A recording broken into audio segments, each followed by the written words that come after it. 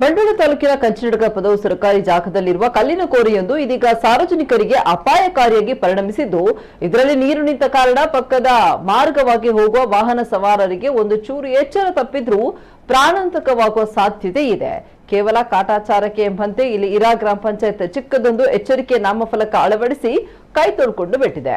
ಆದರೆ ಇದನ್ನು ಮುಚ್ಚುವುದಾಗ್ಲಿ ಇಲ್ವೇ ಅಪಾಯಕಾರಿಯಾದ ಈ ಕೋರೆಗೆ ತಡೆಗೋಡೆಯನ್ನ ನಿರ್ಮಿಸುವುದಾಗ್ಲಿ ಮಾಡಲು ಮುಂದಾಗ್ತಾ ಇಲ್ಲ ಅಂತ ಸ್ಥಳೀಯರು ಆಕ್ರೋಶ ವ್ಯಕ್ತಪಡಿಸಿದ್ದಾರೆ.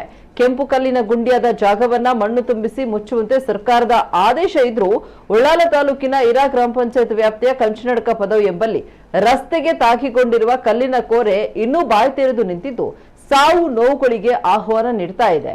ಭಾರಿ ದುರಂತಗಳಾಗುವ ಮುನ್ನ ಎಚ್ಚರ ವಹಿಸಿ ಈ ಕೋರೆಯನ್ನ ಮುಚ್ಚಲು ಕ್ರಮ ಕೈಗೊಳ್ಳಬೇಕು ಅಂತ ಸ್ಥಳೀಯರು ಇರಾ ಗ್ರಾಮ ಪಂಚಾಯತ್ ಅನ್ನು ಆಗ್ರಹಿಸಿದ್ದಾರೆ.